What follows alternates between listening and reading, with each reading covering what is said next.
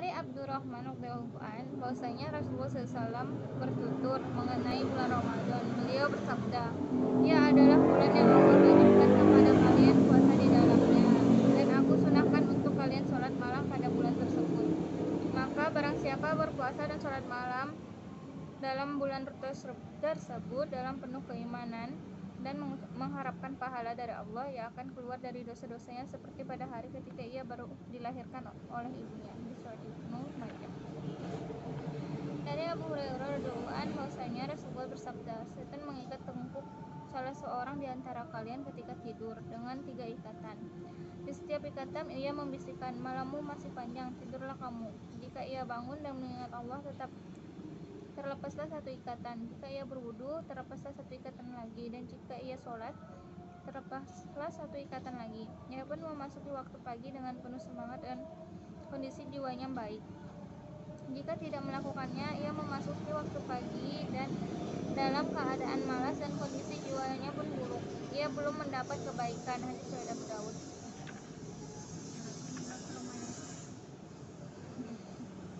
Dari Abu Umamah Al-Bahili radhiyallahu an dari Rasulullah SAW, beliau bersabda, "Hendaklah kalian sholat malam, karena sholat malam merupakan kebiasaan orang-orang saleh sebelum kalian, pendekatan diri kepada Tuhan kalian, penghapus keburukan-keburukan, dan pencegah dosa." Hadis riwayat Muslim. Dari Muttalib bin Rabi'ah radhiyallahu anhu bahwasanya Rasulullah SAW bersabda, "Salat malam itu dua rakaat, dan bila salah seorang di antara kalian sholat, hendaklah ia bertasyahud setiap 2 rakaat. Kemudian hendaklah ia memohon dengan bersungguh-sungguh. Bila ia berdoa, hendaknya ia bersikap tenang, menampakkan kesusahan dan kelemahan dirinya. Barang siapa tidak melakukannya, maka hal itu merupakan kekurangan dalam pahala dan keutamaan, atau seperti kekurangan." Hadis riwayat Ahmad. Dari Abu Hurairah radhiyallahu anhu bahwasanya Rasulullah SAW bersabda, "Suatu pintar sama dengan 12.000 uqyah, sedang 1 uqyah lebih baik daripada semua yang ada di antara langit dan bumi." Hadis riwayat Ibnu Hibban.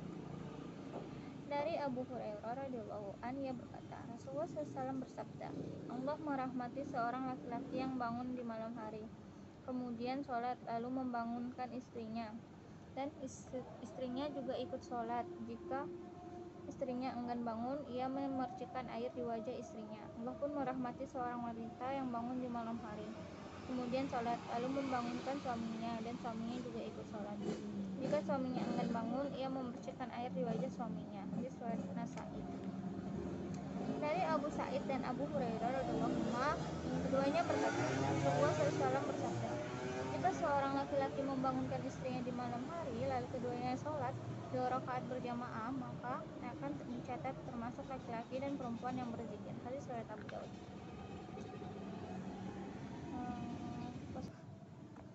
Dari Mu'adz bin Anas al-Juhani radhiyallahu anhu bahwasanya Rasulullah SAW bersabda, "Barang siapa duduk di tempat sholatnya setelah selesai sholat subuh sampai ia mengerjakan sholat duha, ia tidak mengucapkan apapun kecuali kebaikan saja, maka dosa-dosanya akan diampuni, meskipun lebih banyak daripada buih di lautan." Hadis riwayat Abu Dawud.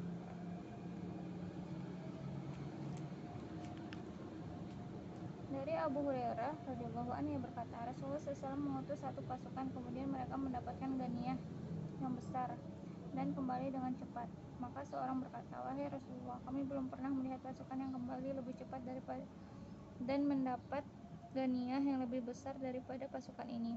Beliau bersabda, "Maukah kalian aku beritahu sesuatu yang lebih cepat kembali dan lebih besar ghanimahnya, yaitu seseorang yang berwudu di rumahnya dengan baik, kemudian pergi ke masjid dan sholat subuh di sana, setelah itu melanjutkan dengan sholat duha, maka orang itu cepat kembali dan besar ghanimahnya." Di surat Abu Yalah. Dari Al-Hasan rahimahullah ia berkata, Rasulullah SAW bersabda, "Jika seseorang hamba berbuat dosa lalu berwudu dengan baik, lalu keluar menuju suatu tanah lapang, mengerjakan sholat 2 rakaat dan meminta ampun kepada Allah dari dosanya tersebut, pasti Allah akan mengampuninya." Di surat Baihaqi. Dari Ma'mar, dari seorang laki-laki Quraisy, ia berkata, bila keluarga Nabi SAW ditimpa kesempitan rezeki, beliau menyuruh keluarganya untuk sholat. Kemudian beliau membaca ayat ya'mur ahlaka bis sholati, dan perintahkan keluargamu untuk sholat hingga akhir hayat. Hadis riwayat Abdul Razak. Kalau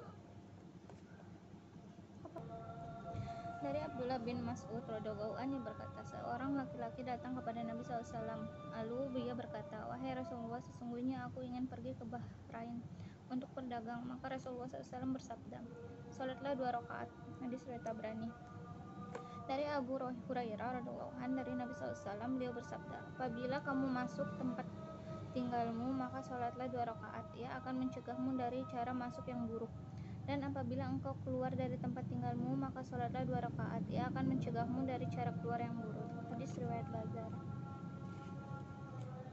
Dari Ubay bin Ka'ab radhiyallahu anhu berkata, Rasulullah SAW bertanya kepadaku, bagaimana kamu membaca Al-Quran pada waktu sholat? Maka aku membacakan Ummul Quran, Al-Fatihah kepada beliau. Rasulullah SAW bersabda, demi zat yang jiwaku ada di tangannya, Allah tidak menurunkan yang sepadan dengannya di dalam Taurat, Injil, Zabur maupun Al-Quran. Sesungguhnya ia adalah sab'ul matsani, 7 ayat yang berulang-ulang. Hadis riwayat Ahmad.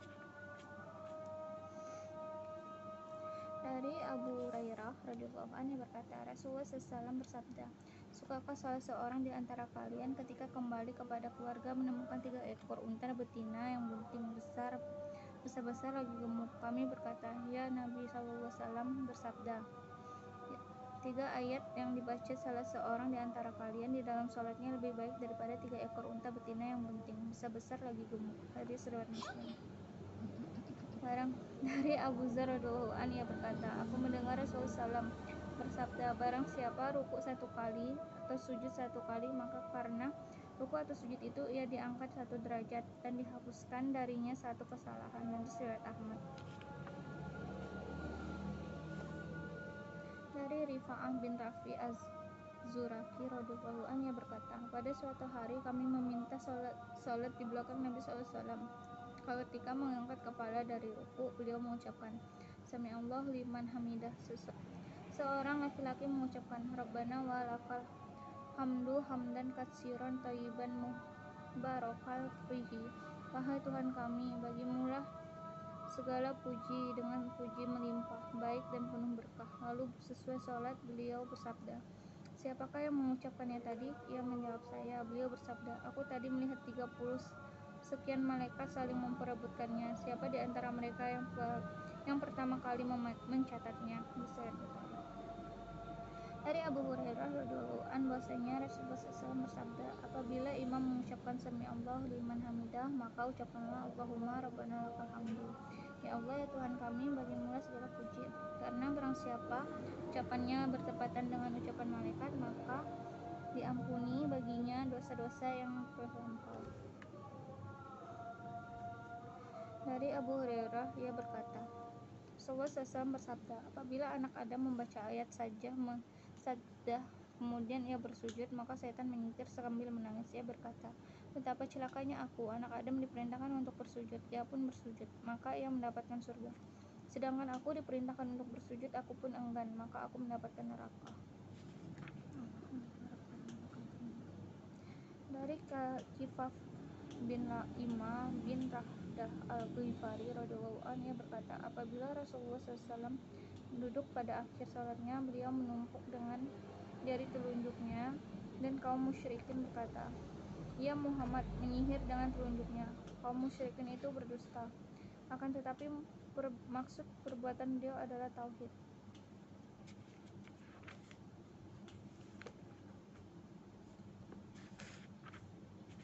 Dari Abu Darda radhiyallahu anhu menjelang wafatnya ia berkata, aku beritahukan kepada kalian sebuah hadis yang telah aku dengar dari Rasulullah SAW. Beliau bersabda, beribadahlah kepada Allah seakan-akan kamu melihatnya, namun jika kamu tidak dapat melihatnya, yakinlah sesungguhnya Allah melihatmu. Anggaplah dirimu termasuk orang-orang telah mati dari doa yang orang zalim, karena doa tersebut akan dikabulkan. Dan barang siapa di antara kalian mampu menghadiri 2 salat, yaitu Isya dan Subuh, walaupun dengan merangkak, maka lakukanlah. Hadis riwayat Tabrani.